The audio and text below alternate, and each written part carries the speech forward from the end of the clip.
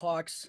The Chicago Blackhawks got off to a roaring start this morning by sending goaltender Marc-Andre Fleury to the Minnesota Wild, but have been rather quiet as the 2 p.m. deadline approached by not trading Calvin DeHaan, Dominic Kubalik, or Ryan Carpenter. I'll get into all of that. There could still be some more deals coming, but I'll get into all of that, and I'll also be answering a couple of questions from you, the fans, right here on Locked On Blackhawks.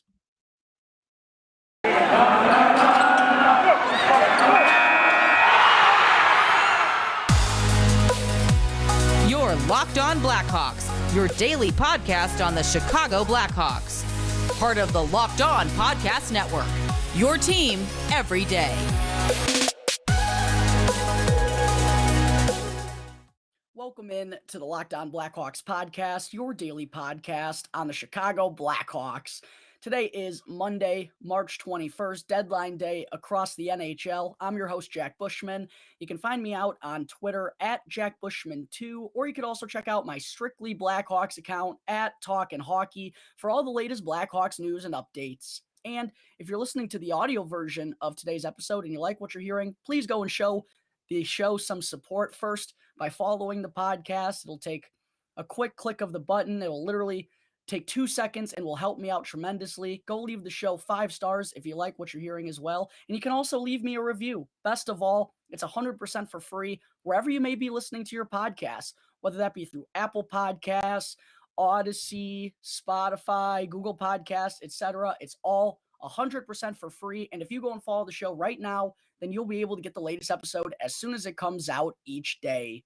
And if you're not watching the video version of today's episode, if you're not already doing so, then please go and subscribe to Locked On Blackhawks on YouTube. Go check out the account. Every episode from here on out, folks, is going to have a video version attached to it as well. So if you haven't done so already, go and subscribe to Locked On Blackhawks on YouTube. Go and smash the like button for me. And also, go and turn on those push notifications so you can be notified when each episode is uploaded to YouTube every day. All right, good afternoon, everyone, and thank you for tuning into this special live edition of Locked On Blackhawks, your one-stop shop for all things Chicago Blackhawks. Before I get into the good stuff, though, folks, I got to remind you all that today's episode is sponsored by Bet Online, which is the fastest and easiest way to bet on all your favorite sports and Vegas casino games here in 2022. Bet Online, where the game begins. All right, deadline day across the National Hockey League, and the Chicago Blackhawks got off to quite the start by trading goaltender Marc-Andre Fleury to the Minnesota Wild earlier this morning for a conditional 2022 draft pick. I'll be getting into a little bit more of that as the show goes on, but what I got to start with is, and it's kind of interesting because I really thought the Blackhawks were going to be, based on, trading Fleury earlier this morning to kick off the day, I thought they were going to be more aggressive, but at this point, the 2 p.m. deadline has passed, and Dominic Kubalik, Calvin DeHaan, and Ryan Carpenter are all still members of the Chicago Blackhawks. It's a little bit of a head scratcher. Now, per usual on deadline day, there are still going to be some deals coming out after the deadline has expired. I'm hoping that's going to be the case for the Chicago Blackhawks because I really don't have any explanation for why guys like Kubalik, DeHaan, and Carpenter wouldn't be moved. All three are on expiring contracts. For DeHaan and Carpenter, of course, they're going to be unrestricted free agents once the summer hits. And then for Kubalik, he's going to be a restricted free agent, but the Blackhawks would have to offer him a $4 million qualifying offer at the bare minimum. And based on what we've seen from Kubalik this year, I mean, I don't think he's going to be worth that. And I don't think the Blackhawks would be wanting to give him that in the offseason. So for the Blackhawks to not have traded those guys, at least up to this point, I really don't even have an answer for it. I am actually left speechless right now. I'm still scrolling through Twitter nonstop, just swipe, hoping that deals are going to come. But I really have no words for what Kyle Davidson is doing right now. And it's kind of funny because when I was planning this show and hearing Marc-Andre Fleury getting traded this morning, I was going to talk about how Davidson clearly is on this path of a full-blown rebuild. He's clearly sticking to his word that he's going to be thinking 3 to 5 years down the line, he's going to take on as many future assets as possible, draft picks and young prospects and whatnot. And, by trading Hagel and trading Fleury, it certainly seemed like the Blackhawks and Kyle Davidson were all in on that method, all in on that path. But now it's kind of like, well, what are we doing here? I don't know if Davidson went for a nice stroll through Chicago on this lovely afternoon and happened to turn his phone on airplane mode, but I'm rather shocked that the Blackhawks didn't make any moves before the deadline. As I said, that there still could be moves to come. We'll have to wait and see and keep our fingers crossed, because not trading those guys, just it makes absolutely no sense with the direction the Blackhawks are supposed to be heading in. And we heard Davidson in his introductory presser to the media. He laid out a plan. It wasn't, all that specific, but obviously he said, we're going to be thinking about the future solely. We're going to take on draft picks. We got to build back better through the NHL draft. And to not get any picks whatsoever for those three that I've already mentioned several times, I mean, it just doesn't make any sense to me. And it's seriously ironic for how I had the show planned, because I wanted to talk about, moving on from guys like Brandon Hagel and Marc-Andre Fleury was a little bit more set in stone. If the Blackhawks were going to be able to trade him, they absolutely needed to do so. But by trading Brandon Hagel, that proved that Kyle Davidson was thinking about the long haul, right? Because Hagel could have been a piece that you could build around, and a lot of people wanted him to be that here in Chicago. Of course, he was a fan favorite, so it was tough to see him traded, but the return that he was able to net from the Tampa Bay Lightning, I mean, it was simply too good to pass up with the mentality of the Blackhawks moving forward, right? So, it would have been nice to keep Hagel on, would have been nice to have Fleury here. He's been awesome, but when you're thinking about the future, 3 to 5 years down the road, those were moves that had to be made. But the same should be said for Kubalik, Dahan, and Carpenter. Those are moves that absolutely had to be made. So I really don't know what's going on right now. Like I said, I'm at a loss for words. My hands are even getting a little sweaty, honestly, because I'm like, what is Kyle Davidson doing here?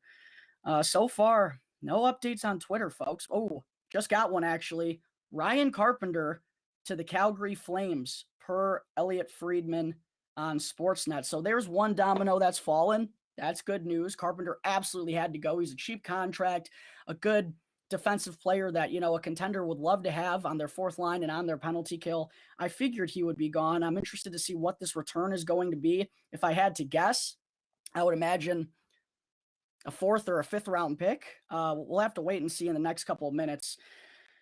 Hopefully that's just the first one to come, because Kubalik and Dahan are really just right there in that same boat for the Blackhawks. With them heading into a rebuild, there's no point in keeping those guys on. And for Kubalik, I know he's a former 30 goal scorer, and he was a finalist for the Calder Trophy in his rookie year a few years back. But there's just an opportunity to go get a future draft pick. Like with this clearly being a seller's market, that makes this even more frustrating, right? So hopefully there are more moves to come. I promise I'll be keeping you all up to date, and hopefully they keep coming, because Kyle Davidson, with his moves up until now, was telling us all how we're going to be in this for the long haul. You got to be willing to give up things to get future assets in return. I know a lot of people aren't happy with the Hagel and Fleury trades, but that's how things work in this world. You can't just be getting future assets without giving nothing in return. So I do still have trust in Kyle Davidson, maybe not as much as I had a few hours ago. Chicago, still no word on the return for Ryan Carpenter yet, but I'll definitely be keeping you all up to date as things progress here in the next few minutes. All right, there are some quick thoughts on the Blackhawks. Very random trade deadline so far today. Coming up in just a minute, I will be getting into each of the trades that the Blackhawks have made so far, which has just been Marc-Andre Fleury and Ryan Carpenter at this point. But first, I need to talk to you all about Athletic Greens and their new AG1 product, which is one scoop of AG1. You're absorbing 75 high-quality vitamins, minerals, and probiotics to help you start your day. This special blend of ingredients supports your gut health, your nervous system, your immune system, energy, recovery, focus, and aging. And folks, Athletic Greens, actually, they just recently sent me a sample package to try, and I'm not kidding when I say I actually can feel the difference when I take this in the morning. I actually took it couple hours ago in order to prepare for all the chaos that was going to come today. Hopefully there's more chaos than what we have right now. But Athletic Greens, I mean, it's been an amazing product so far. I got a lot of good stuff from them, and I'm definitely going to be ordering more because this stuff really works. It has you feeling good to start your day. And Athletic Greens was created when the founder experienced a ton of gut issues and ended up on a complicated supplement routine in order to recover. And that used to cost them $100 or more per day. But now AG1 costs you less than $3 per day, which is such a cheap way to invest in your health and your body. And to make it easy, Athletic Greens is going to give you a free 1-year supply of immune supporting vitamin D and 5 free travel packs with your first purchase. All you got to do is visit athleticgreens.com/NHL network right now. Again, that is athleticgreens.com/NHL network in all caps to take ownership over your health and pick up the ultimate daily nutritional insurance. All right, we're back here on the Locked On Blackhawks podcast. Moving on into segment 2 today. I wanted to get into a little bit on, well, I thought there were going to be more trades coming, but I'll be getting into the 2 trades that we know right now that the Chicago Blackhawks have made. First things first, obviously, got to start with Marc-Andre Fleury, of course. If you live under a rock and missed it, Marc-Andre Fleury was traded earlier this morning to the Minnesota Wild in exchange for a 2022 conditional draft pick. It's a second-round pick at the moment, but if the Minnesota Wild reach the Western Conference Final and Fleury picks up 4 or more wins in the first 2 rounds to get Minnesota there, then this is going to become a first-round pick for the Chicago Blackhawks in 2022. And of course, they still don't have a first-round pick at the moment, with Stan Bowman giving up an extra first in that deal for Seth Jones over the summer. That was really the kicker of that trade, I think, in most people's opinions.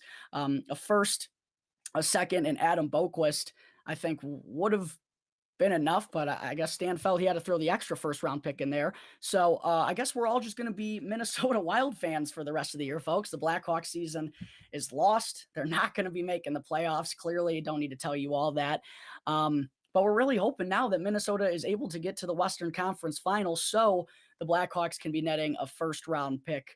But for Marc-Andre Fleury, this was a trade that just simply had to be done. I know it's not exactly the return that people were hoping for. Most fans and people around the Blackhawks were hoping that the Blackhawks were going to get a solidified first-round pick. But with all the variables that go into trading Marc-Andre Fleury, when he was first acquired by the Blackhawks and ultimately decided to move his family from Vegas to continue on with his playing career, he was told by the organization that he would have his say in the matter. They wouldn't trade him to any place he didn't want to go because he did them a solid in coming here in the first place. Obviously, the season didn't go as anybody wanted it to, but with that being the situation for Marc-Andre Fleury, so many variables going into it, this deal absolutely had to be done by Kyle Davidson. And according to Michael Russo earlier on in Twitter, Fleury's list of teams that he was willing to be traded to was very, very short. So basically, Davidson had no choice but to accept this trade for a conditional second-round pick, because I've talked about it so many times on the show throughout the last couple of months, with the Blackhawks heading in the direction they're going, heading into a full-blown rebuild. It wouldn't make sense to keep, a currently 37-year-old Marc-Andre Fleury. He's only going to get older, obviously. It just wouldn't make a whole lot of sense for him to remain on this team. So for the Blackhawks, just to be able to trade him, I know they didn't get a guaranteed first, but to be able to get something in return for him, that's a huge win for Kyle Davidson. And it just simply had to be done because you had to get those future assets in return for Marc-Andre Fleury. The Blackhawks need as many draft picks as possible right now. That's why I'm pretty furious that we still haven't heard about Calvin DeHaan or Dominic Kubalik. I'm going to give a quick scroll through on Twitter here real fast. Still no word on the Ryan Carpenter deal. That's always lovely, right in the middle of my live show. But for Fleury, a couple of weeks ago, I really didn't think a trade was all that likely with so many things that would have to go into him being dealt. It'd have to be a perfect place. Both GMs would have to make a deal work. Fleury would have to give his A-OK. It was just a complicated matter. So for the Blackhawks to be able to trade him, that's undoubtedly a win for this organization. Hopefully, like I said, go Wild. our new favorite team in the NHL, even though they're a division rival. We're really hoping they're going to get to that Western Conference final, and Fleury hopefully will be a big part of it as well, because getting a first-round pick back in this year's draft, that would be huge for the Hawks. They now have first-round picks in 2023 and 2024, thanks to the trade that they made for Brandon Hagel. So they're loading up through the draft. That's what they need to be doing. That's why I'm frustrated we don't have anything on Dominik Kubalik or Calvin DeHaan at this point. Maybe one thing I can think of, excuse me, lots of energy drinks this morning. I got the burps, got a lot of carbonation in my system. One thing I could be thinking with Dominik Kubalik is, maybe the market wasn't as good as we thought for him. Maybe nobody was offering exactly what Kyle Davidson wanted to. But even at that point, I mean, what has Dominik Kubalik done? It's a what are you doing for me now business. What have you done for me lately? And Kubalik has been, he's got 11 goals this year. I think he's got 1 goal in his last 20 or 21 games. I mean, you're not going to want to give him a $4 million qualifying offer. And based on what we've seen in the market so far, I kind of had a hard time believing that the Blackhawks wouldn't be offered a third for him. This is interesting. Dubas not happy Fleury conversation went public, says that's a question for Davidson in Chicago. Whatever, Kyle Dubas, quit crying. Sorry you didn't get your goaltender, buddy. A little salty. But for Kubalik, even if you were offered a fourth and that's not exactly ideal, I think you got to make that move, right? Like, build back up through the draft. That's the mentality Kyle Davidson was going with. He said that publicly. We saw it with the moves in Hagel and Fleury. So, man, I'm just left here shaking my head, wondering, well, what the heck is going on? I mean, I don't really understand it. Still no update on the Ryan Carpenter return. But like I said, I figure Carpenter's probably going to be netting a 5th-round pick, if I had to imagine, maybe because he's so cheap.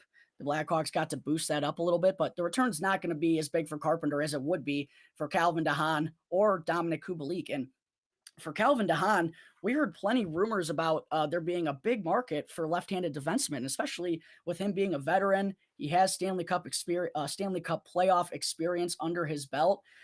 I don't know how someone wouldn't be willing to give the Blackhawks what they wanted with so many other teams rumored to be interested in that type of market. So hopefully, like Carpenter, there's a trade coming for Calvin DeHaan. Sadly, it doesn't sound like I'm going to have time to break it down here on the live show. But for the sake of this rebuild, I certainly hope the Blackhawks aren't done making their moves here on deadline day. All right, there are some quick thoughts on the moves that Kyle Davidson made ahead of the 2 p.m. trade deadline and the lack of moves that he made. Coming up in just a minute, I will be answering a couple of questions from you, the fans, right here on Locked On Blackhawks. But first, I need to talk to you all about Bet Online. It's that time of year again, folks, as college basketball's March Madness tournament is finally upon us. And Bet Online has way more odds and info for all of it, from game scores, totals, player performance props, to where the next fired coach is going to land. Bet Online remains your number one spot for all sports betting here in 2022. And it's not just basketball. From the NHL, boxing, and UFC, right to your favorite Vegas casino games, do not wait to take advantage of all the amazing offers available for the 2022 season. It's free and available on all your favorite podcast or all your favorite ways to bet. You can find it anywhere. And don't wait to take advantage of all the amazing offers. It's the fastest and easiest way to bet on all your favorite sports and your favorite Vegas casino games. Bet Online, where the game begins.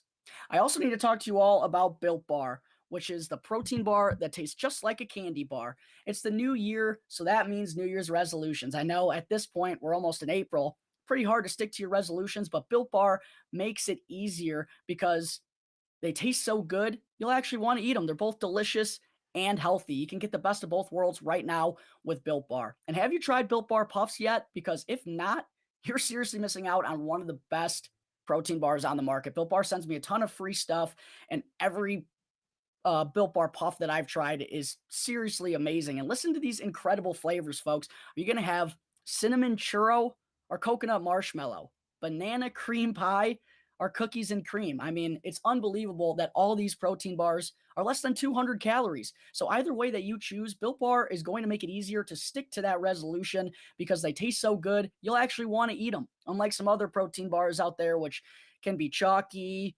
dry, waxy, or even just taste like a chemical spill. And even if you're not a huge fan of working out, you can at least eat something that tastes good and is also good for you. That way, when you enjoy a delicious Built Bar, you can almost count it as a workout. And for a limited time offer, go to builtbar.com and use the exclusive promo code LOCKED15 and you'll get 15% off your next order. That's builtbar.com with the exclusive promo code LOCKED15 to get 15% off your next Built Bar order.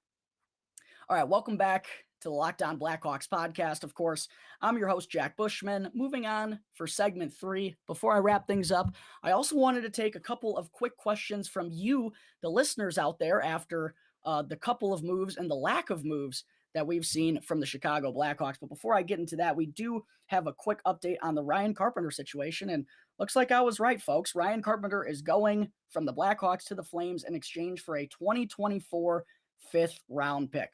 That's what I thought they'd be getting, but 2024, that kind of catches me off guard. That's very far down the line. I have a hard time believing they couldn't get one in the next couple of NHL drafts. That's a little bit weird, but at least they got something for Ryan Carpenter. It absolutely needed to be done, and hopefully we'll be getting more of an update on Dominic Kubalik and Calvin DeHaan in the next couple of minutes. But getting into the questions that I wanted to answer here from you, the listeners, let's see if I got any other questions real quick.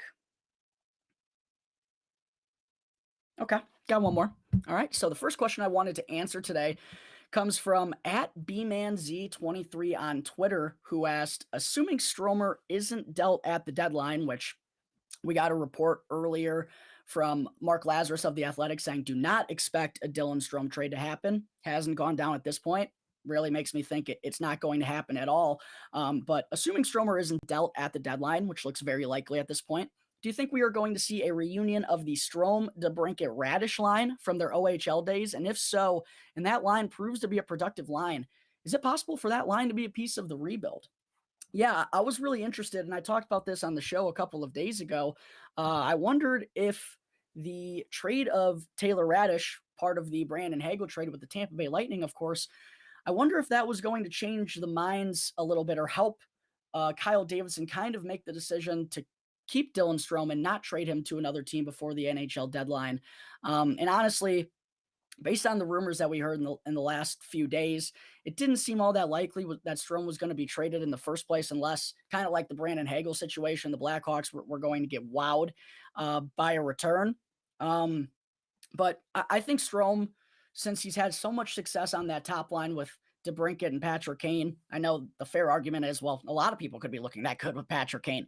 That is also fair, but Dylan Strome has undoubtedly been the Blackhawks' best center this season, the most productive. He's been consistent since getting an opportunity on that top line, a legitimate opportunity, which for whatever reason, Jeremy Colleton didn't even think Dylan Strome was good enough to crack the lineup at the beginning of the year, which is actually just unbelievable.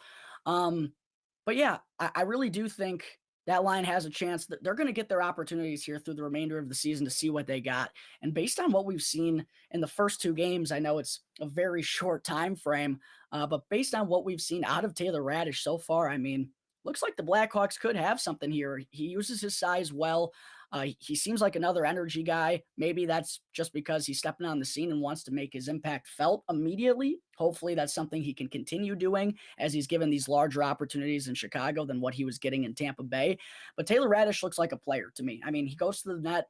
He's had a couple of redirect opportunities. He moves the puck well. The Blackhawks have given him an opportunity on that top power play unit in the bumper role with Tyler Johnson out, which I absolutely love. Keep giving him those opportunities. Let's see what he's got. And that performance he had last night against Winnipeg, scoring his first goal with the Chicago Blackhawks, also added an assist. How can you not be impressed with what you've seen out of Taylor Radish so far? So I'm really excited about his future, honestly, and I do expect him down the stretch of the season to be getting more opportunities with former Erie Otter teammates, line mates, I should say, Alex DeBrincat and Dylan Strome. Should be a lot of fun, and hopefully Radish will be able to keep that up. And if so, I think that's a line that Kyle Davidson is going to let continue, see what we got, probably not in just like a 10, 15 game span. But with Dylan Strome's resurgence, I think they do want to keep him, and it'll be interesting to see what happens in this offseason, though, contract-wise for Stromer. He's going to have a better arbitration case now with what he's been able to do for the last couple of months.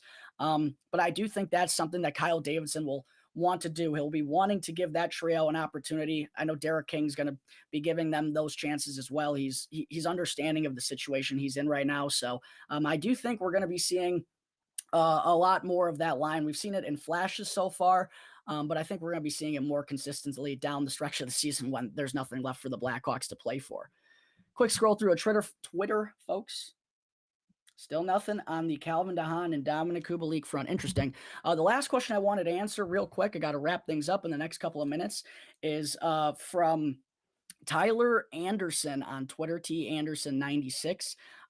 What is the future of the Blackhawks goaltender department looking like now with Marc-Andre Fleury out of the picture? Only Lankinen and Arvid Soderblom left in the system. That's a very good question. And another thing about Kevin Lankinen, he's an unrestricted free agent at the end of the year. And it's been I shouldn't say another. The second half of last year, he kind of struggled. The first half, he was absolutely amazing. But so far in his sophomore season, Kevin Lankinen has not looked very good, to be honest. So I wonder if the Blackhawks have any concerns about his future. I know he's still rather young into his NHL career. But unless the Blackhawks make a move, he's going to be their starter next year. And I know they're not really focused on winning, but that seems a little light to have Lankinen and Soderblom as the 1-2. So I kind of feel like the Blackhawks could go and get a depth add, maybe, a veteran who will come in there and play kind of the starter's role, probably split some time, take the load off of Lankinen and maybe Soderblom as well. But that's going to be an interesting situation to watch develop too. The Blackhawks maybe, it wouldn't be the worst idea to go and get a veteran goaltender and then maybe at the deadline next year, try to flip him for whatever you can get in return. We know the Blackhawks want to be taking on as many future assets as possible, but I just have a hard time believing that the Blackhawks will go into next year with Lankinen and Soderblom, even considering that they are in a rebuild. That still feels a little light and definitely very inexperienced. So I'd probably guess that the Blackhawks will go and get a veteran netminder on the market off the top of my head. I don't know which ones are going to be a free agent next year, but that's probably the path I would expect the Blackhawks to go in goal for next season. All right, folks, I think that is going to wrap up this live edition of Locked On Blackhawks. Thank you again for tuning into the show, and be sure to go and follow Locked On Blackhawks right now. It's all for free on whatever podcast app you use, and if you go and follow, you'll be able to get the latest episode as soon as it comes out each day. And after the show, be sure to go and check out the Locked On Fantasy Hockey live show, which is starting in just a couple of minutes as hosts Steele Roden and Flip Livingstone go over everything from the NHL trade deadline. It's free and available on all platforms, so be sure to check out Locked On Fantasy Hockey right now, wherever you get your podcasts. I will also be joining them on that show shortly. Once again, though, thank you all for tuning into today's episode. I'm your host, Jack Bushman. You can find me out on Twitter at JackBushman2, or you can also check out my Strictly Blackhawks account at Talkin' Hockey for all the latest Blackhawks news and updates. And for any questions at all regarding anything related to the Hawks or to the show, feel free to email lockedonblackhawks@gmail.com. You can also hit me up on any one of my Twitter accounts, or you can call 708-653-0572 to leave a voicemail. So until tomorrow's episode, thanks again for listening to the Locked On Blackhawks podcast, part of the Locked On Podcast Network, your team every day.